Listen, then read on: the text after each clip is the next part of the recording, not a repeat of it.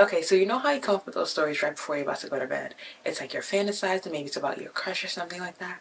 Yeah, that's not biblical. And I don't know about you, but I was very shocked to find that out.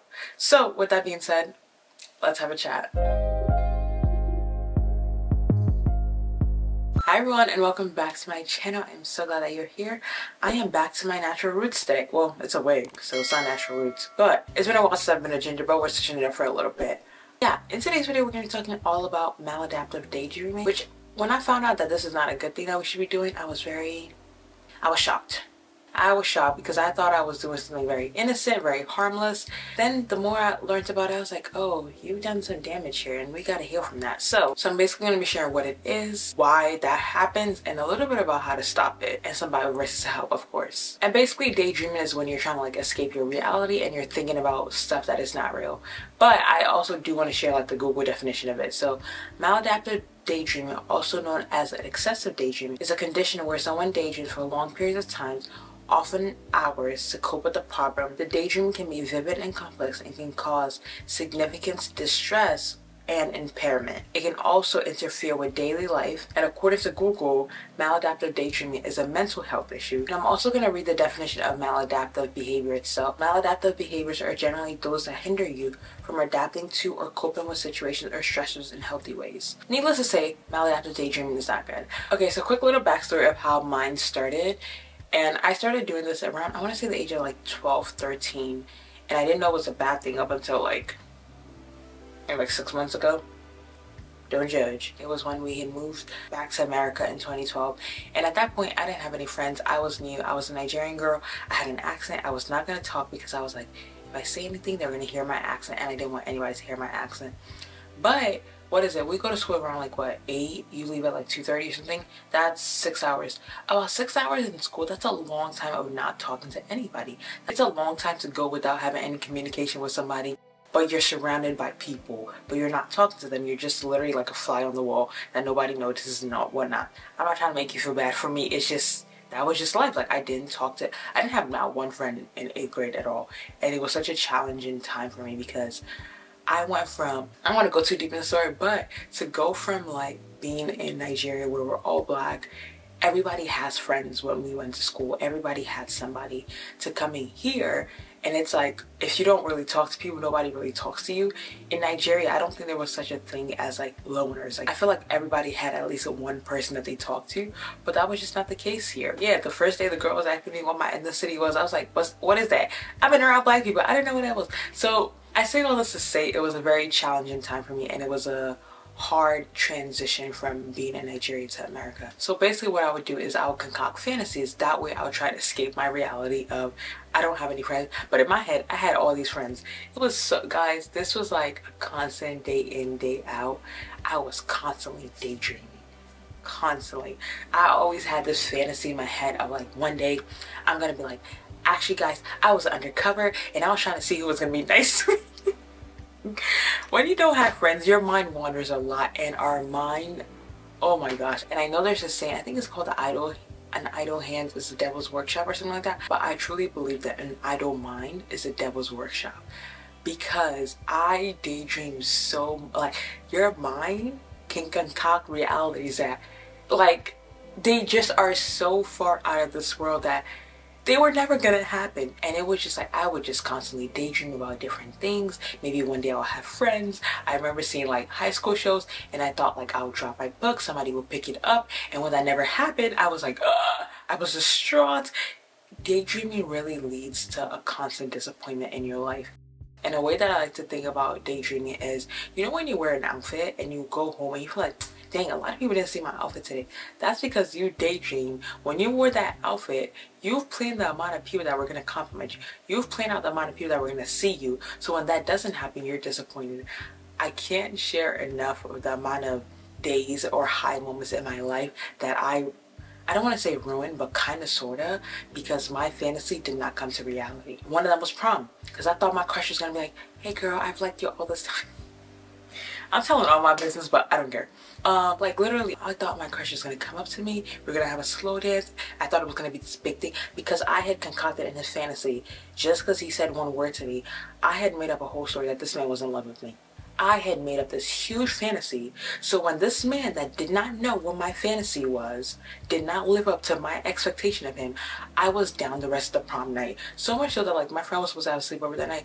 I was such in a bad mood. She goes, girl, just go home. I was like, it ruined my night that bad because I had concocted a reality that nobody else knew about but me, but I was sad when nobody lived up to the expectations that I set in my own head. That's what maladaptive daydreaming does. Maladaptive daydreaming will really have you upset at people for not living up to an expectation that you set in your head that they are not aware of. You're almost like, how dare you go off the script that I had in my head? That was not the script of how I thought this was going to go, and they're going off script and you're upset about it because they didn't live up to it. They didn't know about the script. The more and more I think about it, the more I think about all the memories where I'm like, people did not live up to the fantasy in my head, and I went home pissed and upset. And I feel like a big one is the one with crushes. Because when a woman has a crush on a man, this just does not work right when we have crushes. That man can breathe our way. All of a sudden, you're already seeing the perfect proposal right by the Eiffel Tower, right when it lights up. You're like, oh my gosh, I'm so shocked, yes. And all of a sudden, your family comes in. You're like, oh my gosh, it's the best surprise ever.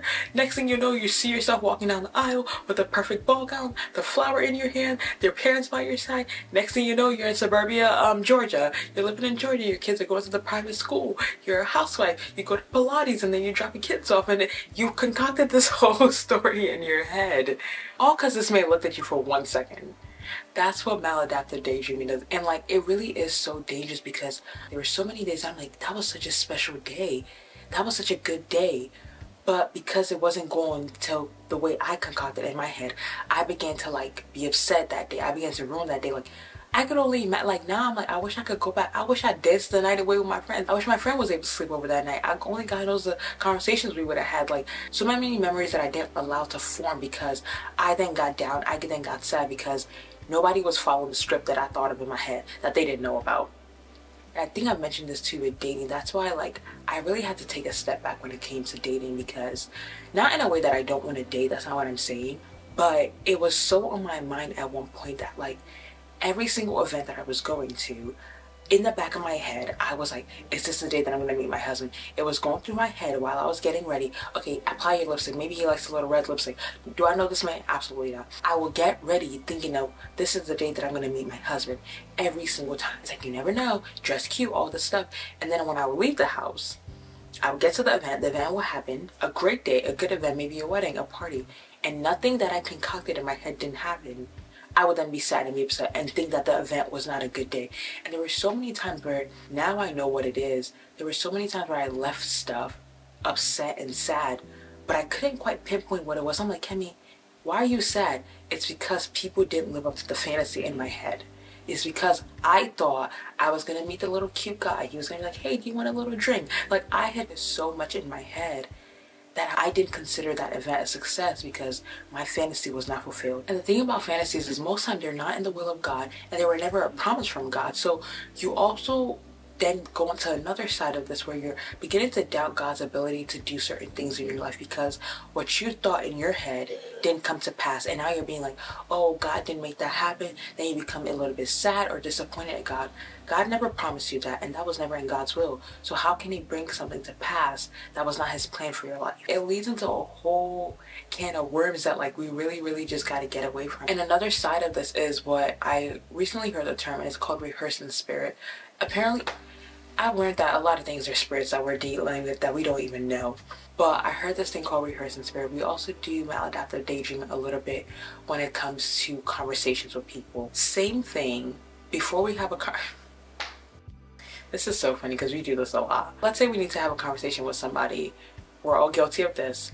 We rehearse how that conversation is going to go in our head. We answer the questions for both parties, like you as you, and then you're also talking for that person. And now you concocted this whole story about how this conversation will go, and then you get upset because you're like, oh, I just know they're going to do this. But do you really know? And granted, there are some times that we try to, like, we have those moments, we fight the thought, we're like, yo, you never know, and then you have a conversation with them and they act exactly how you think. Those moments do happen, but that's not always the case, because there's been a lot of times where I created a whole fantasy in my head of how this conversation is going to go, and then I have a conversation with them, and it was not even close to what I even thought in my head.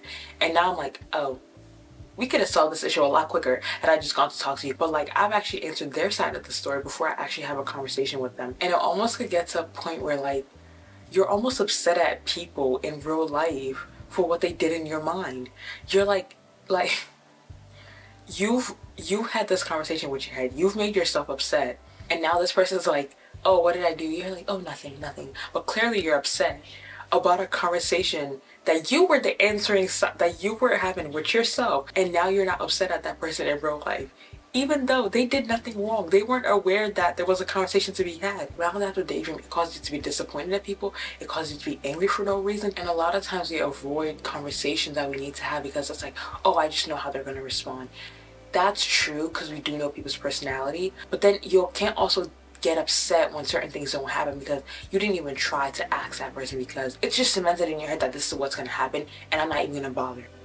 We can't do that. And then a little bit back to like the rehearsing spirit, it's also like you keep replaying certain conversations in your head, but in different versions of it. You're like, oh, I should. It's like you finish arguing with someone, you're like, oh, I should have said this. There's so many good moments. And I'm like, really okay, that was a really good event. I wish I just like celebrated it more or leaned into it. If you can just add that little thought in your head, he doesn't even have to do that much work. He would just add a little drop of like, she looked at you weird, didn't she? Now all of a sudden you're like, oh, she did. Or like, he smiled at you, right? And then you now take that, oh, he smiled at you. Yeah, he did. And then he also went by the food place that was a little bit 2 inches away from me instead of the one that was 5 inches away from me. He literally would drop just such a simple thought, and then it will lead into this whole narrative in your head.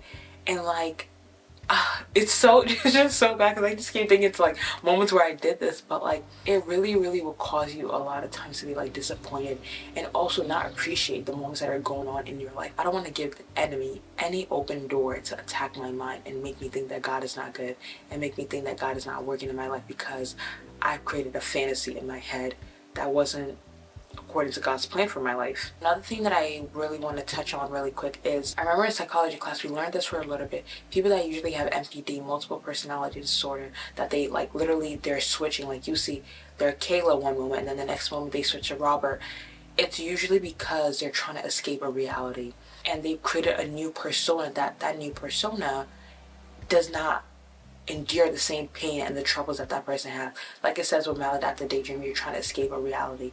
So that's also like, I'm not trying to scare anybody, but that's also something to like keep in mind of like, it's really a mental issue because it can lead to a much bigger and deeper thing if you don't tackle those issues at hand. Like I shared briefly with my story, mine was just not fitting in, but there are a lot of things that we go through and like a lot of things, some things a lot more harsher than just not having friends, that we're trying to escape that reality. We're not trying to deal with the issue. The sad part about it, a lot of these things, horrible things that happen to us, you have to face it head on. You can't just add a little polish on top. It's almost like if you had like a fungal nail and you try to add polish on top. Like yeah, you've put the polish on top and it looks pretty, but the nastiness and the gunk is still there and it's still breathing.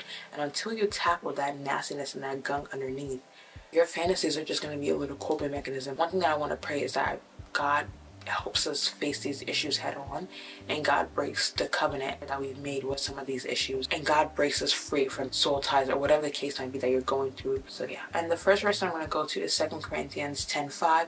This is when Paul was trying to defend his ministry, but I also think that this kind of ties down to this as well. It says, casting down imaginations and every high thing that exalted itself against the knowledge of God, and bringing into captivity every thought to the obedience of Christ. A lot of the work in me stopping this whole maladaptive daydream is taking thoughts captive.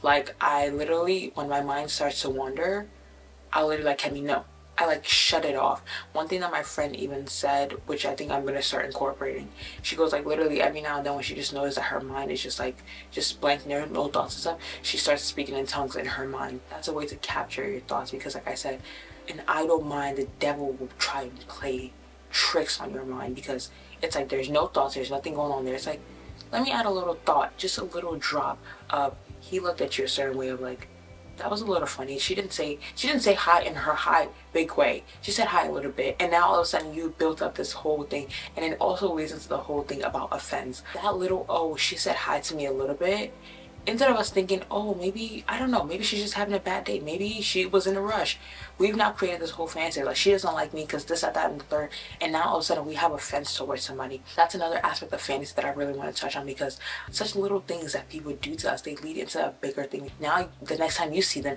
you greet them a little high, you give them a little fake high too, and now they're like, wait a minute, why did she give me a fake high? And now it's this whole thing. Now that person's now building up this whole fantasy in their head of like, oh my gosh, she doesn't like me, she's upset at me. But nobody talks to each other, because again, we go back to our mind and we have a conversation answering both sides of the party, and nobody talks to anybody. And now the spirit of offense has now been built up in the middle of just somebody not saying hi properly because they were having a not so great day. You see where the whole fantasy thing can lead down like just a no-no path? You really have to take captive of every single thought. Another thing that I like to do lately that has been helping a lot is drowning out my thoughts with worship. Like literally when I say drown out my thoughts of worship, I mean drown out my thoughts of worship. Because for me, a lot of times when I'm driving, because I have to focus, that's when my thoughts are just like whatever, they can go whatever way they want to go. Sometimes I will literally play music and like literally blast it out so loud that I can't even hear my own thoughts. So that way I can't think them. Like it sounds so like silly, but literally I will blast that music so I don't even have the time frame to think. So that way I'm like, fine, since I can't think the thoughts that I want to think, I can have the fantasy that I want to have in my head, I'll just start singing the worship song. Use the worship songs to drown out those thoughts. Sometimes if my thoughts are going awry, I will literally, it says call on the name of the Lord, and I will answer. I will literally go Jesus, Jesus, Jesus. I will literally keep saying the name of the Lord until those thoughts silence. Another thing that I do, which is going to go into the next Bible verse, is this thought is not the thought of the Lord. I shut you down and I cast you down in the mighty name of Jesus. And I simply ended at that. The thing that I used to do that probably did not help me was I used to beat myself down about it. I used to get frustrated about it. Certain things you don't even have to give them the time of day. Simply say, this thought is not the thought of Christ. I have the mind of Christ. I rebuke you in the name of Jesus, and go about your day. Sometimes you don't even have to, because that's another thing that's why the enemy he just wants to like torment us, because now you've now beaten yourself up. Now you're going throughout your day is ruined, you're upset because now you're like, oh, why am I having these thoughts? I thought I was praying, I thought I was reading my Bible. Sometimes you simply just need to rebuke them then and there, cast them down, and go about your day. And that's one of the things that has really helped me to like keep my thoughts like pure and holy and all that, which is going to go into the next Bible verse, which is Philippians 4:8. And this is like literally one of my favorite Bible verses ever. And I especially love the Passion translation of this, where it says, keep your thoughts continually fixed on all that is authentic and real, honorable and admirable, beautiful and respectful, pure and holy, merciful and kind, and fasten your thoughts on every glorious work of God, praising Him always. I love the first part where it says, keep your thoughts continually fixed on all that is authentic and real. Our fantasies are not real. And I just love to play that verse in my head of like, when I get certain thoughts in my head, I'm like, that is not real. I literally have time, I'm like, that is not a real thought. I then go into the whole, I have a mind of Christ. I try to praise God. I go back to saying either Jesus, Jesus, Jesus, or I rebuke the thoughts that I know are not of God. You have to keep your mind continually fixed on all that is real. God not bringing that fantasy that you had in your mind to reality is not evident, is not a representation of who God is and what He can do in your life. That is simply your thought. That is simply your fantasy. But if you focus on what is authentic and real, you know that God is a glorious God. God is a faithful God. He's a merciful God. And the list goes on and on. This is the God that made Sarah pregnant. This is the God that made Elizabeth pregnant. That's who God, that's the real God that we serve. It sounds weird, but like, remember the real God. The God that is and will continue to bring the promise and His will for your life to pass. And like it says a little further down, it says, and fasten your thoughts on every glorious work of God. When these thoughts come into mind, or when these fantasies don't come to pass, remember the glorious work of God. Remember who God is. Remember the good things that God has done in your life. And the last part of it says, praising Him always. Like I said, literally using worship music to drown out every worry, every fear, every anxious thought, every fantasy has been literally one of my favorite things ever lately. I literally start playing out songs so these thoughts don't fester. And I really, really want to emphasize that, like, take captive of those thoughts. Fix your mind on things that are authentic and real, and fix your thoughts on the glorious work of God, and let go of fantasies. And prayer is that God begins to help us cope through these issues that we're trying to run away from. I pray that God begins to help us to live in the present so we don't miss the work that He's doing, the good work that He's doing ahead of us. I also pray that God helps us to just focus on His will and His promise for our life, and not a false reality. I really hope that God helps us deal with these issues. They're not going to be easy, And there are a lot of times you're like, wait a minute, crap, I didn't know that I was doing it again. But I pray that God helps us. Anyway, that's it for me, guys. I shall see you in the next one, and bye. Oh, because you could not convince me that that man did not like me based on the way he looked at me.